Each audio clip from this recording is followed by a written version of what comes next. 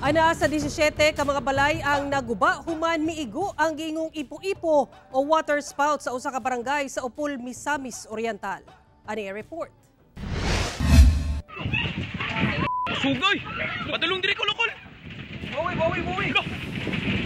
Nag-iyahay og panagan kining mga residente sa Zone 8 Malingin, Barangay Igpit sa Upol, Misamis Oriental. Yang miigo ang kusog nga hangin sa ilang lugar Huwebes sa hapon. Sumala sa mga residente, miigo kini sa kabalayan rason nga dunay mga nadanyos nga balay. Usa niini ang panimalay ni Nanay Edna Sumalinog. Nalangkat ang atop sa ilang balay. Busa nagbutang na lang sila og mga trapal isip panagang sa kainit ug ulan. Pagbuto na sa transformer dito, akong gi-off ang kwan dito kanang plangka. Kay para paniguro, pagbalik na ko kay wa naman ni, nauklab naman ni. Sa paglibot sa GMA Regional TV 1 Mindanao sa mong lugar, tataw gyud ang nadanyo sa kusog nga hangin. Gawas sa mga naguba nga kabalayan, dunay mga kahoy nga nangatumba ug mga gamit nga nangabungkag. Sigon sa mga residente, human miigo ang hangin sa ilang mga balay. Gilayon kining midiretso sa dagat kung asa nakuhaan og video. Gani makita ang pagkusog balik sa mong hangin diyang miigo na sa kadagatan.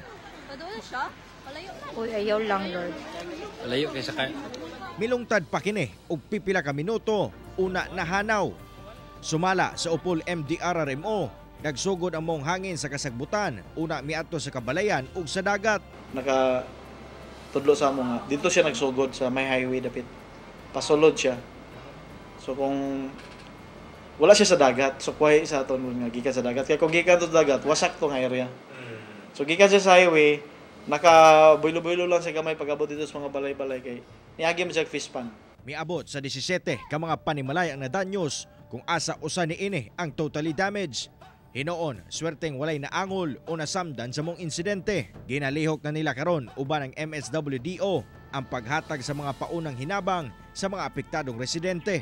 Sigon sa Pag-asa, tawagon nga ipo-ipo o water spout ang kusog nga hangin kung nahitabo kini sa dagat, samtang buhawi o tornado kung sayuta. Apan sa mong panghitabo, gitawag kini sa Pag-asa nga ipo-ipo.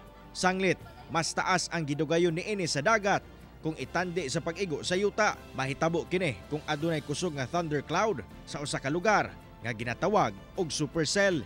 So once ang kining duha ka different temperature na hangin nagmeet sila, so naay horizontal shear nga mahitabo.